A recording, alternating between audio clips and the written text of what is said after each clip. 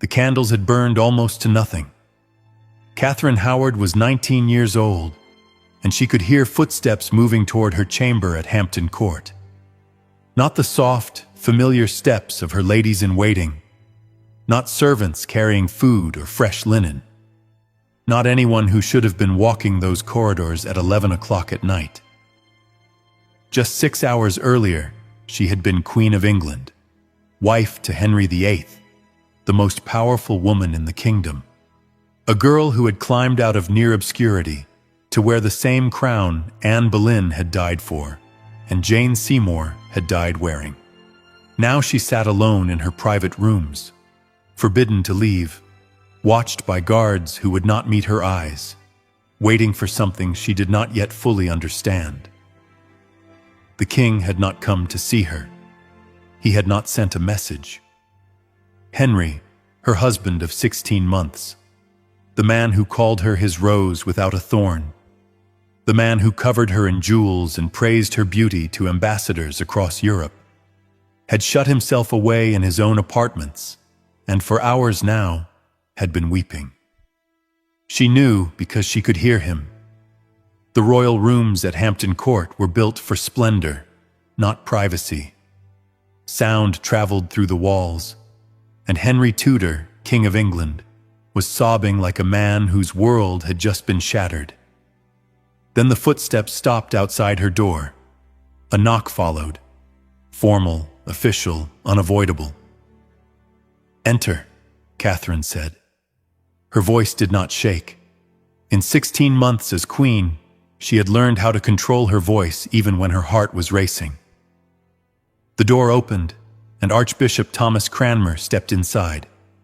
His face wore an expression of gentle concern, but his eyes were cold. Behind him stood guards, more guards than anyone would need for a simple visit from the Archbishop of Canterbury. "Your Majesty," Cranmer said. The title sounded different now. This morning it had been respect. Tonight it sounded like accusation. "I come on the king's business," he continued. "There are matters that must be discussed." "At this hour?" "The matters are urgent. They concern your conduct before your marriage to His Majesty, and during it." The words hit her like stones thrown into still water. She felt the shock move outward in ripples, felt the meaning settle in. Someone had talked. Someone had told. And everything she had built, everything she had survived to become, was beginning to collapse.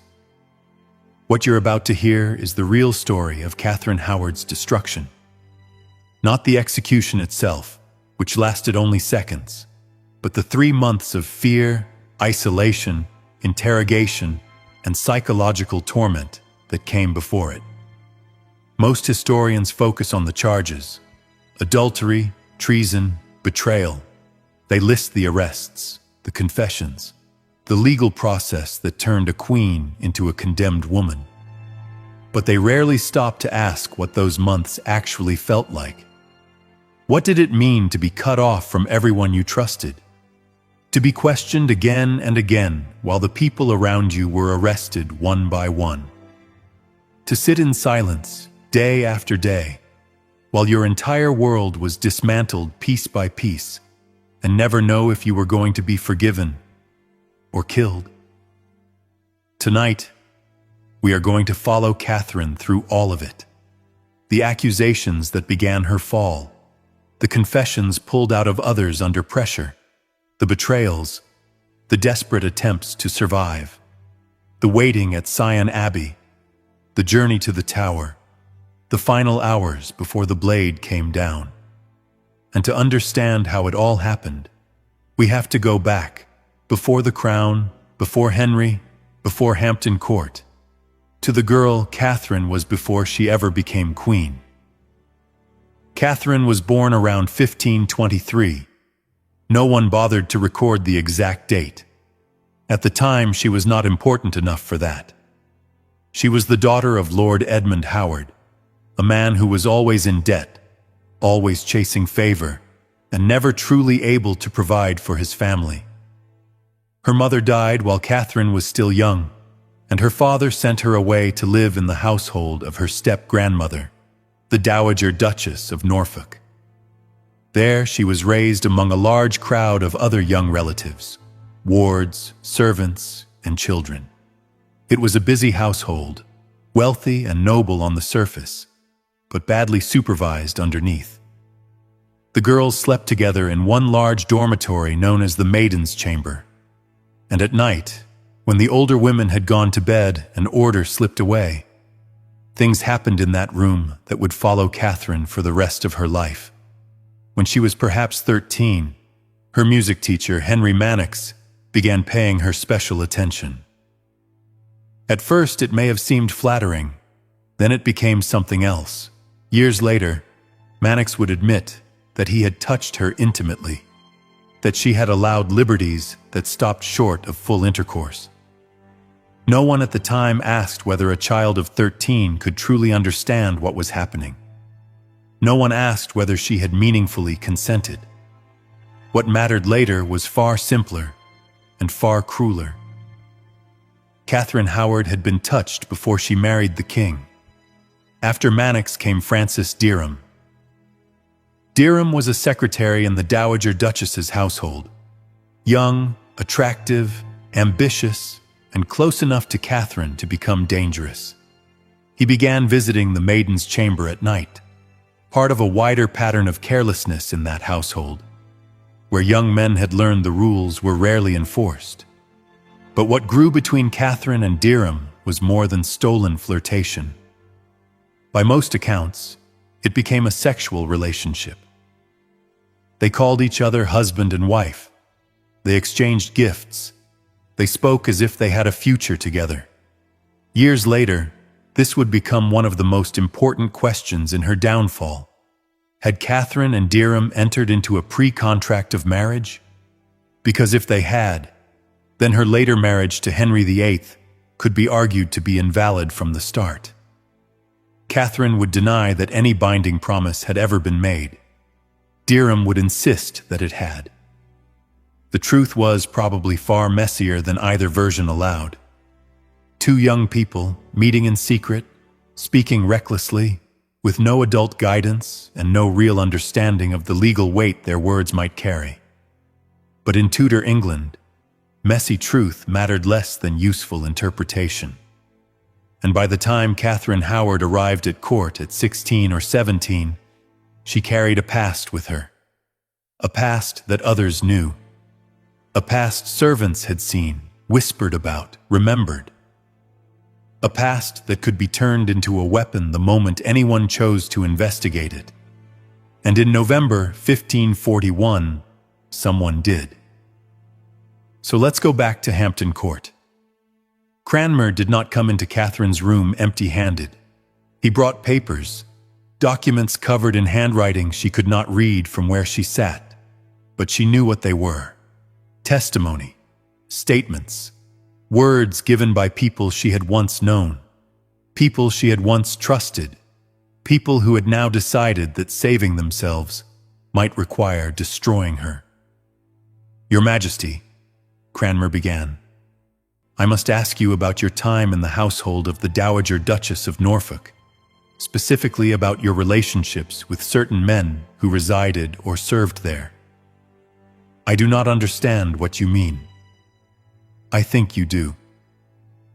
His tone remained soft, almost priestly, the voice of a confessor, not an executioner, but that only made it worse.